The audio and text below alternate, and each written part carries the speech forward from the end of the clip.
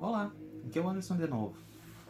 Como já foi dito nos últimos vídeos, eu tô tentando fazer umas coisas diferentes, agora tentar não ser só unboxings como estava sendo no canal. E já falar de alguma coisa, já deu pra notar um pouquinho aqui atrás, vai ser sobre os videogames, mas não especificamente do que tá aqui, mas lá dos primórdios. É uma série que eu vou começar a fazer aqui no canal, mostrando curiosidades e e coisas assim históricas desde o início assim do videogame, de tudo como começou, essas coisas assim. Então, vamos lá. Bom, a gente sabe que muitas vezes algum dispositivo foi criado para um determinado uso e depois é utilizado para outros, né? Ou uma pesquisa iniciou de um jeito e termina por outro. Por exemplo, o micro-ondas foi descoberto em umas pesquisas que estavam fazendo com radares, né? E foi descoberto o micro-ondas que é utilizado na culinária. Não tem nada a ver uma coisa com a outra. Mas foi utilizado em outras coisas. O videogame também, né? O videogame ele surge ah, como uma evolução de várias formas de entretenimento que já existia desde muito antes de existir computadores e tudo mais, né? Os primeiros registros que tem de algo que dá para chamar de algum jogo eletrônico, alguma coisa assim do tipo, remonta lá a 1947, final ali logo após a Segunda Guerra Mundial, né, onde surgiu muita coisa de tecnologia de computação e tudo mais, até principalmente por causa da guerra, né, da questão de cálculos balísticos e tudo mais. Os primeiros computadores foram surgindo, né, os computadores mais parecidos, entre aspas, com os atuais, né? E já naquela época tem uma patente, lá de 1947, de um dispositivo de entretenimento que utilizava tubos de raios catódicos, que é o CRT, que é a mesma tecnologia utilizada nessa TV aqui atrás, nas TVs mais antigas, né? E como essa aqui atrás. Que são tubos de raios catódicos, é o que faz sair a imagem assim. Por isso que a gente chama de TV de tubo, né? Um tubo que transmite, que manda uma carga de elétrons, uma frente ali que vai acendendo as luzinhas conforme vai mudando a oscilação da, da, das coisas do que o próprio tubo dá. Mais ou menos é isso que funciona, tá? Então, lá em 47, né? Mas isso aí é só assim, tem uma patente, mas nada aos poucos, como os computadores mesmos estavam, era algo assim inimaginável, era coisas muito grandes, né? Pensar que ocupavam prédios e tudo mais, né? Então, eles, como ocupavam prédios e tudo mais, não era nada viável, né? Pensar nessas coisas, eles faziam cálculos muito pouco cálculo e tudo mais, eram bem mais limitados, né? Isso ainda na época, se parar pensar, antes da invenção do transistor, né? A partir da invenção do transistor começa a ter mais evolução nessa área, né?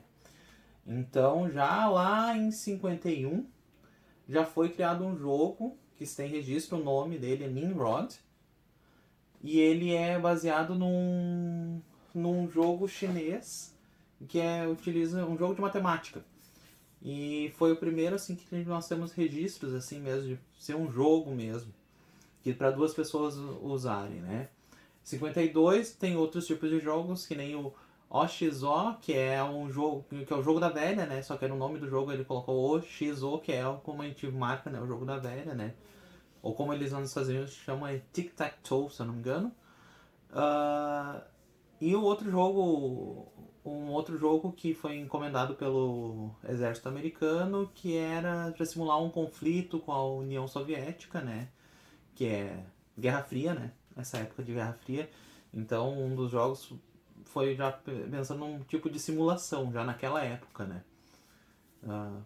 Então, e pensar que eram únicos lugares, né, que teriam, se não fossem universidades ou alguma grandes empresas, naquela época nem empresas usavam mesmo assim computadores, mas basicamente universidades e a parte de exército, marinha, aeronáutica, que sempre tiveram mais essas questões relacionadas, até porque eles precisavam para cálculos balísticos e tudo mais, então sempre teve mais um avanço nessa área sempre, né? Então, é uma coisa ainda primitiva, né? Aquela coisa assim, nada muito. Coisa bem simples. A gente nem consegue imaginar como é que, assim, coisas dos computadores, tem que pensar na época que também eram coisas muito limitadas, o processamento deles, se nós formos olhar, muitas vezes é menor do que a calculadora que a gente compra no i99, né? Então é uma questão de pensar o aqueles hardwares eram capazes de fazer, né? E era tudo muito mais limitado, tudo, né? Tudo era limitado, inclusive o conhecimento de como trabalhar com algumas coisas. E muitas coisas não eram viáveis, tu ficar desperdiçando a quantidade de energia para jogar um jogo. Mas sempre o pessoal dava um jeito, né? Em 58 tem um dos que muita gente chama como primeiro jogo, mas não é bem assim, porque, como eu já falei, já saíram uns outros antes. Mas é um jogo que foi apresentado numa feira na Europa, que é o Tennis for Two. Né? Como o nome já diz, é um jogo de tênis para duas pessoas. Só que o interessante desse jogo que foi feito, ele foi programado, né? Que ele utilizou um tipo de programação, mas não bem como nós estamos acostumados com os jogos hoje em dia e tudo mais, utilizando o osciloscópio. O osciloscópio é um aparelho, né, que é utilizado em eletrônica e tudo mais, para medir vários tipos de frequência e tudo mais. Ele usou até a linha do osciloscópio para fazer ali. Não tinha personagem, não tinha nada, tinha só uma linha que dava a intenção de ser a quadra e a bolinha, que cada pessoa de cada lado controlava a batida na bolinha. Primeiro jogo, já deram um jogo multiplayer. Duas pessoas já podiam jogar. Um dos primeiros, assim, que bem conhecidos, né? E daí, claro, essas coisas continuam. E tem que pensar que tudo evoluía mais devagar do que hoje em dia evolui, né? Tem que pensar que início de era estavam descobrindo como trabalhar com transistores e tudo mais, né? Então, já em 1960, ele surge um jogo que é um dos mais conhecidos e tudo mais, que é o Space War, né? Que ele era utilizado, foi feito, né? Porque tem que pensar assim, hoje em dia a gente tem um computador que roda, né, praticamente tudo. Antes tu tinha que programar especificamente para aquele hardware, é tudo muito mais, não tinha um padrão específico. Era um tipo de era único, tu programava para aquele tipo de sistema e não para os outros, né? É mais ou menos como acontece com os videogames. Normalmente a gente programa, tá em um jogo, programa vamos dizer hoje em dia pro PlayStation 4, e daí depois tu tem que modificar, às vezes o programa não dá para ser exatamente igual para rodar no Xbox, né? Mas isso é diferente já do Windows, o programa pensando naquela plataforma e ele funciona em vários hardwares diferentes, né? Então, e esse aí foi um jogo criado pro PDP-1, que era um computador de uma grande empresa que era a DEC. Ele tinha só. O tamanho dele era 2 kilobytes. É minúsculo, 2 kilobytes é um troço assim muito pequeno. Mas já era um jogo que foi conseguido ser feito utilizando com 2 kilobytes, né? Já era possível mesmo com essa quantidade tão pequena de memória. Tem que pensar que provavelmente naquela época esses computadores não tinham HDs, muitas vezes utilizavam. Nessa época nem era disquete ainda, utilizavam o programa de rodar todo na memória RAM, era tudo muito escasso, né? E esses computadores eram computadores já grandes, não tão grandes como aqueles anteriores, como o ENIAC, que ocupava o prédio, eram grandes, e isso era encontrados em universidades, né? E tinha outro joguinho que surgiu também que que era tipo que simulava um ratinho no labirinto, e tinha o jogo da velha também, né? O jogo da velha ele também ele ele foi utilizado, foi feito vários joguinhos, né? Assim, porque o jogo da velha é um jogo simples, né? Se parar pra pensar, né? E o que popularizou muito essa questão do Space War foi porque a própria empresa, né, depois que viu que surgiu esse jogo para ele, começou a inserir dentro dos próprios computadores. Todos os computadores que iam para as outras universidades iam já com o Space War instalado. Ele é tão conhecido também porque ele é a primeira distribuição nacional, né, dentro dos Estados Unidos de um jogo, né? Porque o jogo ia com cada PDP-1 que era vendido, ia o Space War junto. Então ia para as universidades, né? Basicamente esses computadores as universidades compravam. E daí chegava nas pessoas, as pessoas jogavam e davam ideias até para surgir novos jogos e tudo mais, e já iniciando a indústria do videogame através disso, né? Só por ir o jogo já junto, embutido, né?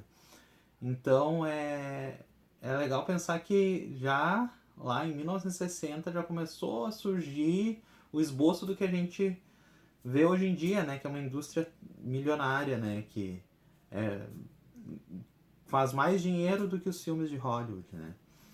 Então, e continuando nessa linha do tempo aí, podem ver que agora você não tem muitas coisas, demorava um pouco mais, passavam anos, às vezes 2 anos, até surgir alguma coisa muito mais nova e tudo mais, né? Era uma coisa assim mais escassa. Hoje em dia é tudo muito rápido, né? Mas começa a mudar até ali no início ali mais pro meio, pro final dos anos 70, que surge o boom mesmo dos videogames, né? Mas já em 68, o que é considerado o pai do videogame, do console caseiro, né? Que era o Ralph Baer, ele criou a Brown Box, que era uma caixa de madeira, era todo feito de madeira, ele criou, né? Ele já tinha a ideia em 68 de fazer algum tipo de jogo, alguma coisa assim de entretenimento pra TV não ser só pra receber, porque pensar, naquela época não existia videocassete, a TV só servia pra receber os sinais da emissora e nada mais. Não servia pra mais nada, não tinha outras coisas pra ligar na TV, né? Ele já queria pensar numa função a mais para a TV. Então ele estava pensando no Brown Box, que era o nome que ele chamava, que era alguma coisa assim, que tu encaixasse na TV, ligasse na TV e pudesse ter algum tipo de interatividade, né? Um joguinho mesmo, alguma coisa assim, né? Essa ideia dele demorou até alguém se interessar, né?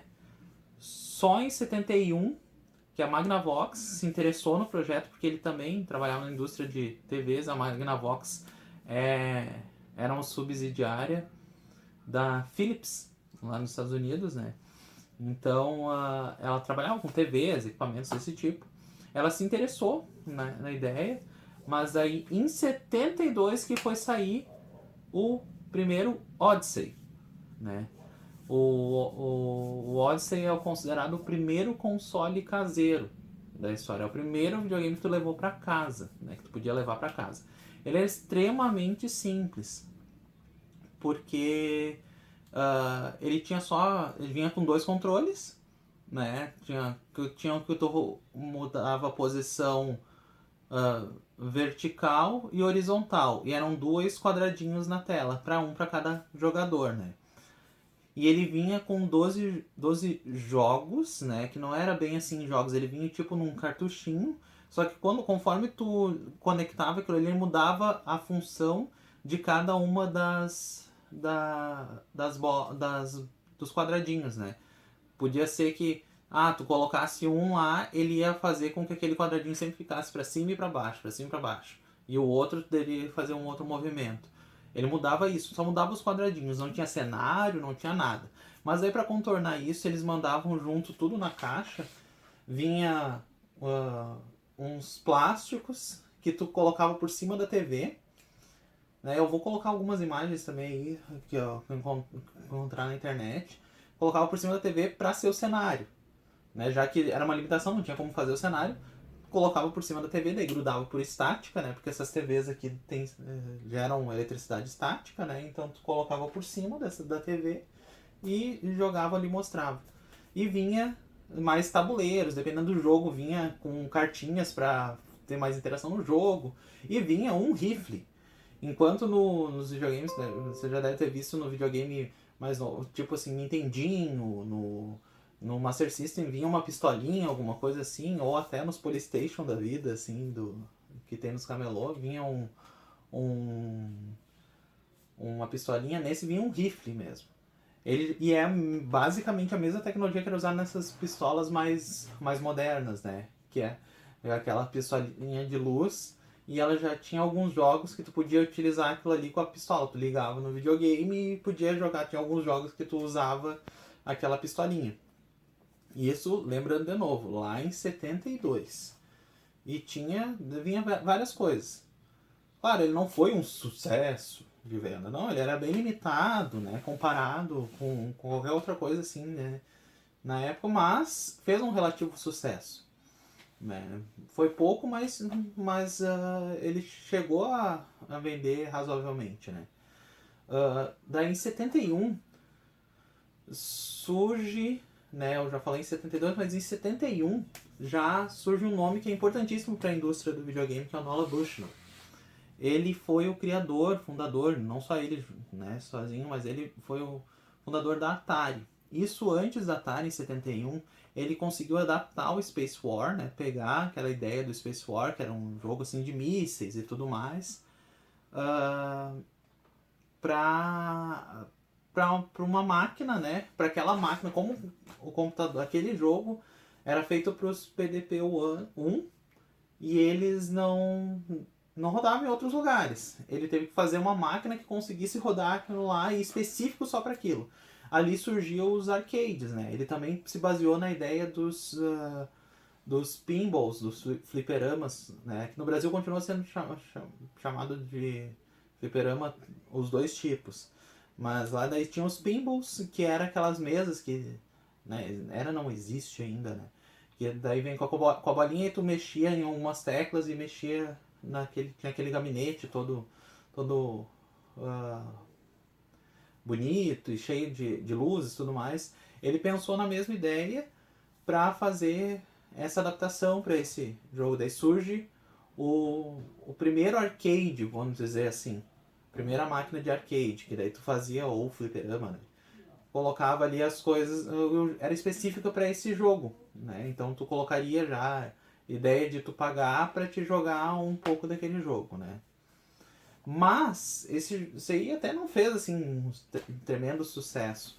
Mas em 73 que vem a grande revolução, que é o que ninguém dava nada para essa indústria ainda, até surgir Pong. Pong é o divisor de águas, assim, é ele que mostrou que era possível. Que é aquele joguinho que tu fica controlando, tem que fazer a bolinha, fica duas pessoas, cada uma controlando um controle, e fica a bolinha, tu fica jogando como se fosse tipo tênis, de um lado pro outro, de um lado pro outro, e conforme a bolinha ia passando, marcava um ponto para um ou para outro, né? Se tu não conseguisse pegar a bolinha. Foi assim, a primeira máquina de teste chegou a entupir de moedas, que deu, o primeiro problema que deu na máquina foi porque eles colocaram num bar lá, pequenininho lá, uma coisa, e em pouquíssimo tempo a máquina parou de funcionar. Eles foram ver o que era, porque tinha muita moeda dentro. Eles não esperavam que ter tanto, ela travou de tanta moeda que tinha, não tinha como mais funcionar porque não cabia mais moeda. E daí foi o grande sucesso. E o Pong, depois, né, do grande sucesso do Pong inicial, nisso vai surgindo várias cópias de Pong de tudo quanto é tipo, com uma ou outra mudança aqui, mudança ali, mas cópias de Pong mesmo, muitas versões de clones, né? Isso dá pra contar de 74, 75, ali é assim, dominado de clone de tudo quanto é tipo, né? Inclusive Atari também depois fez uma versão caseira do Pong, que foi um sucesso tremendo e tudo mais, né? Agora, passando um pouquinho mais adiante, surge o que é mais conhecido, o que todo mundo fala que deu origem aos consoles atuais, né? Aos consoles modernos. Que é um console que não fez assim um sucesso, mas os conceitos dele foi utilizado em outros consoles no futuro, depois, né? Que é da Fairchild, acho que é assim que pronuncia, Fairchild Channel F, que é a grande diferença dele é que assim, ele tinha literalmente, em vez de ser só alguns cartuchinhos que mudavam a função, o que aparecia ali na tela, aquela coisa, não, ele trazia cartuchos novos. Os jogos eram completamente diferentes, não estavam já na máquina e tu só modificava uma coisa ou outra. Não, eram jogos completamente diferentes, em cartuchos já. Ele introduziu mudanças assim, que nem tu conseguir pausar, né? Tu conseguir pausar o que estava acontecendo na tela, conseguir mudar a questão de velocidade, de mais rápido e mais devagar, né? Mudar controle de direção, ter mais direções, né? E várias que foi utilizado já no futuro, logo mais no futuro, né? E nesse meio tempo, continuava tendo muita coisa de arcade, né? O arcade era o que tinha na época, assim, foi surgindo os arcades. A Atari já era muito grande, porque ela também vendia a versão caseira, né, do Pong, né? Depois que ela lançou o arcade, lançou algumas coisas assim, ela lançou a versão caseira do Pong, que foi um tremendo sucesso e conseguiu se tornar uma empresa gigantesca, né, muito valiosa em pouquíssimo tempo. E nisso atraiu os olhares de outras empresas, né, grandes da área de telecomunicações, como a Time Warner, né? A Warner, como a gente conhece hoje em dia, ela comprou a Atari nessa época. Na verdade, o Nolan decidiu também a vender porque ele sabia que com mais dinheiro ele conseguiria fazer mais coisas, né? Ele só não imaginava também que muitas decisões também da Warner não seriam tão corretas. Ela não sabia muito bem com o que ela estava lidando também na época, né? Se até hoje muita empresa bate cabeça porque não sabe lidar muito bem com videogame, imagina lá em 76, né? E nisso, já nas mãos da Warner, em 77 é lançado o que é considerado muito divisor de águas na indústria, que é o Atari 2600. Na época era só chamado de Atari Video Compute System, né, o VCS. E depois que foi trocado para 2600, né? Sucesso absoluto. A grande novidade dele era que ele tinha gráficos melhores do que era visto na época, né? Pense, 77. Tá? Não tentem comparar com coisas de agora. Ele tinha possibilidade de ter troca de cartuchos, tu não ficava preso com um jogo só, dava para jogar com 2 pessoas, dava para marcar placar. Eram bastante revolucionários na época, se tu parar a pensar. O que tinha. E tu tinha basicamente o que tu tinha no arcade, tinha dentro de casa. Lá no fliperama, tu conseguia trazer para dentro de casa. Com devidas limitações, mas conseguia basicamente rodar os jogos do arcade em casa. E isso era ótimo. Muitos pais preferiam até isso porque não precisava deixar os filhos sair de casa e tudo mais. Isso olhando para os Estados Unidos, né? Nessa época, assim, pensar muito nos Estados Unidos. No Brasil começou a ter algumas coisas aqui já nessa época. No Brasil sempre pensar que no Brasil na época era época de reserva de mercado. Existia uma lei aqui da ditadura militar que ela queria fomentar o mercado interno de tecnologia. E para isso ela proibia importação e tudo mais. Então as coisas deveriam ser fabricadas aqui. Resquícios da lei existem até hoje, né? Por isso que muita coisa tem que ser fabricada no Brasil para diminuir imposto, né? Questão da Zona Franca de Manaus, tudo isso surgiu muito nessa época, né, da lei da reserva de mercado. Então tudo demorava mais para chegar. E daí foi aqui que foi surgindo muitos clones das coisas, assim, que as empresas iam lá, não tinham licença, não podiam lançar diretamente aqui muitas coisas, às vezes. Iam lá e simplesmente copiavam as coisas, e como a lei protegia aqui, porque era uma lei que não deixava a lei internacional vigorar propriamente dita, então acabava acontecendo que muitos clones de muito tipo de coisa. Mas em 77, no mesmo ano que foi lançado o Atari lá, aqui foi lançado pela Philco Ford. Sim, Ford, a empresa de carros, sim, a empresa de carros. Tinha essa máquina, tinha essa parte de eletrônicos da Philco, né? Lançou o telejogo, que basicamente é o Pong, né? Um clone de Pong que vinha para 2 pessoas, tudo num console só, tu ligava na TV e jogava ali, né? E em 77 também surgiu o primeiro arcade, né, o primeiro fliperama a utilizar microprocessadores, que foi feito no Japão pela Taito. O nome era Gunfight. E ele foi o primeiro a usar microprocessadores mesmo. Antes dessa época eles utilizavam somente fios e coisas assim do tipo. Não era um microprocessador mesmo, né? Era um pouco mais rudimentar as coisas, né? Até porque, voltamos, era surgimento de muita coisa. Surgimento do próprio microprocessador o microprocessador era uma coisa razoavelmente recente na época. Então toda essa questão, assim, 77 foi um ano muito decisivo para a indústria de videogames, né? Foi ali que ela basicamente nasceu, né? E no Brasil também, né? Bem ou mal, porque foi o ano que a Philco Ford lançou o telejogo aqui, que também, né? O primeiro videogame, podemos dizer assim, do Brasil. Por mais que fosse só um jogo, né? Era só o Pong com uma outra variação. Foi o primeiro assim a ser lançado aqui no Brasil, né? Bom, o vídeo de hoje fica por aqui, a primeira parte, né? Chegamos até a parte do Atari. Só a parte da Atari vai longe, porque por mais que tiveram outras empresas, a Atari foi um grande nome da indústria, né? A partir do lançamento do Atari 2600. E daí eu vou contar melhor essa parte toda, a parte de glória, a parte de ruína da Atari, porque tudo aconteceu nesse período, né?